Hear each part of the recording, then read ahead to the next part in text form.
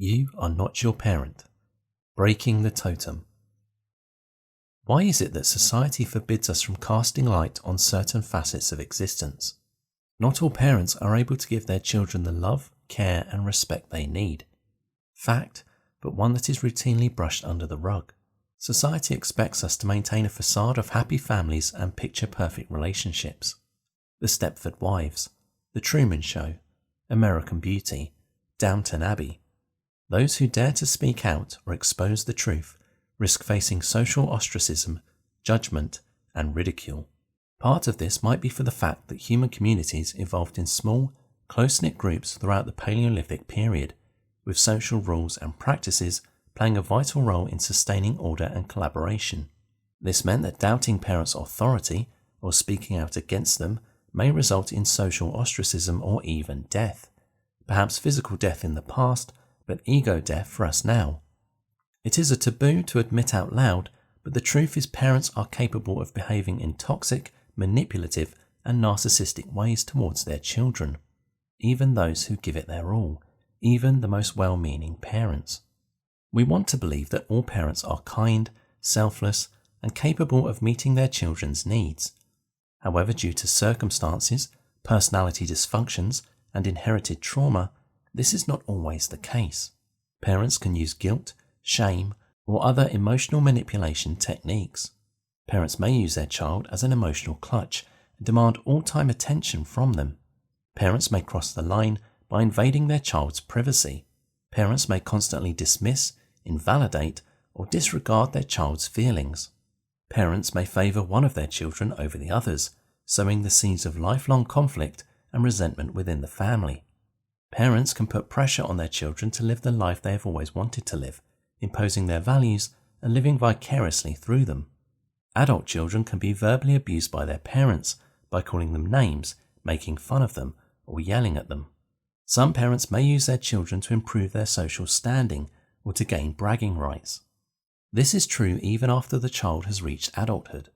Parents may become overly reliant on their adult child for emotional or financial support.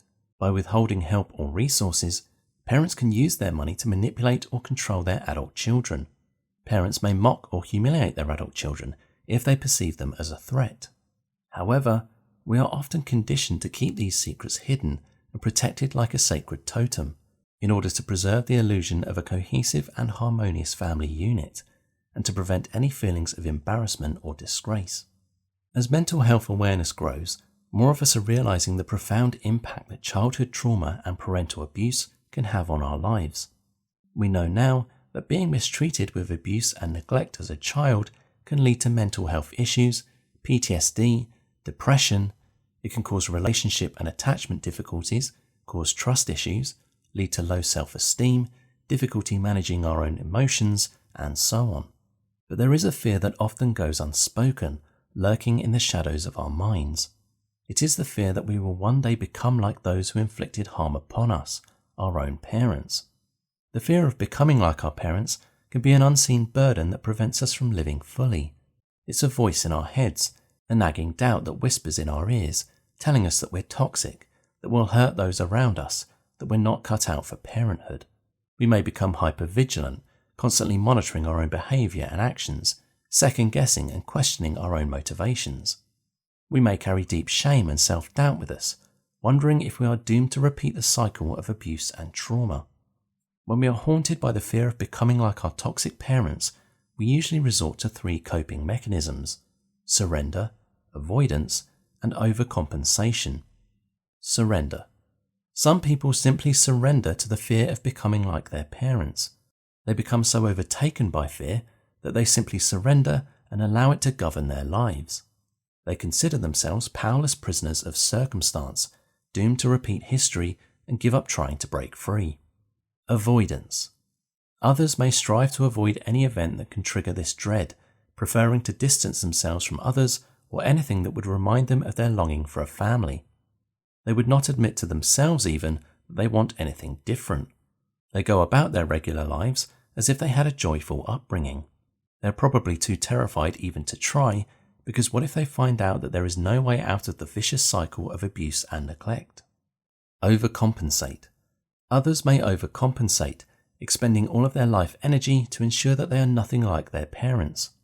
They may try to be overly empathic and caring, shouldering the emotional problems of others to the exclusion of their own.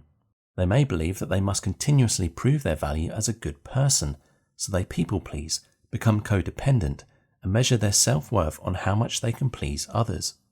It is not that we knowingly adopt these unhealthy coping mechanisms, but the fear be so overwhelming that our system just does not have the capacity to deal with it.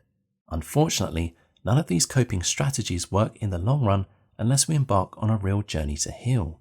Fully believing that you are doomed to be just like your parents can make you feel stuck in life, unable to move forward with your goals and pursuits.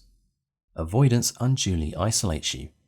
The underlying assumption that you are toxic or unlovable is never addressed and may even be reinforced as you ruminate day in and out. Overcompensating may appear productive at first, but it can lead to burnout and ultimately prevent you from being loved for your actual self. Crafting your life in such a way that you run from any possibilities of being anything like your parents is, ironically, yet another way of remaining bound to and controlled by them. But today, I truly want to reassure you that having toxic and abusive parents does not mean you will simply repeat history. In reality, the opposite is often true. Growing up in an emotionally neglectful environment may have the opposite effect on someone who is already emotionally porous and intense by nature. The result is that you become hypersensitive, if not hypervigilant, to the subtle shifts in feelings and needs of others. If you were emotionally gifted, you most likely spent your entire life trying to make up for the household's missing link. You may have been groomed as the emotional caretaker of everyone in the family. You were the one who had to keep the peace and make sure everyone was okay. You had to learn how to read people and respond appropriately, even when your own emotions were sidelined. You had to become a master at navigating the complex terrain of your household, and that has given you extraordinary sensitivity and resilience. Because you have suffered invisible trauma yourself, you have developed a deep compassion for others who are also invisibly wounded. Abuse is not always physical, and you know that. You know all too well what it's like to be in pain and not have anyone to turn to. You know how much it means to be there for someone and hold the space, so you do it beautifully. You know that is true because strangers, children and friends are drawn to you when they need a compassionate witness. You are not your parent. Yes, unfortunately, perhaps due to the lack of role model, you have adopted some of their negative patterns and mindset. Perhaps you have indeed let some of the transgenerational shame seep into your psyche. Maybe you do share some similar traits, but that doesn't mean you will become like them. You are not your parent, and your concern about becoming like them is a clear indication. You have the power to choose. By being gentle with yourself and acknowledging the impact of your upbringing, you can begin to heal and grow into the person, friend, partner, and parent you want to be. You can also take proactive steps to ensure that you don't perpetuate negative patterns from your past. You can read, you can learn, you can find mentors and spiritual parents. You can surround yourself with very different people. Trust yourself. You have broken many toxic cycles in the past, and albeit this might be one of the highest hikes you have had to make, you can do it. This journey is going to involve back and forth, but the point is not to arrive somewhere, but to honour yourself along the way. And one more thing, as you break the chains of transgenerational trauma, you also create a ripple effect. It doesn't even mean you have to become a parent, but by emerging as a resilient soul who also speaks the language of trauma, you are in a unique position to light up the path for everyone. Your love will ripple out to the communities and the world at large, for we live in an interconnected world. So please, let me remind you one more time. You are not your past. You are not your trauma. You can emerge from the other side. You can create new legacies for yourself and others. You can become who you are meant to be, whether it is in spite of or because of your trauma. For more on topics such as toxic family dynamics that may still be haunting you today, shame and the inability to take up space, and how to stop turning to those who hurt you the most, please visit eggshelltherapy.com. Until next time.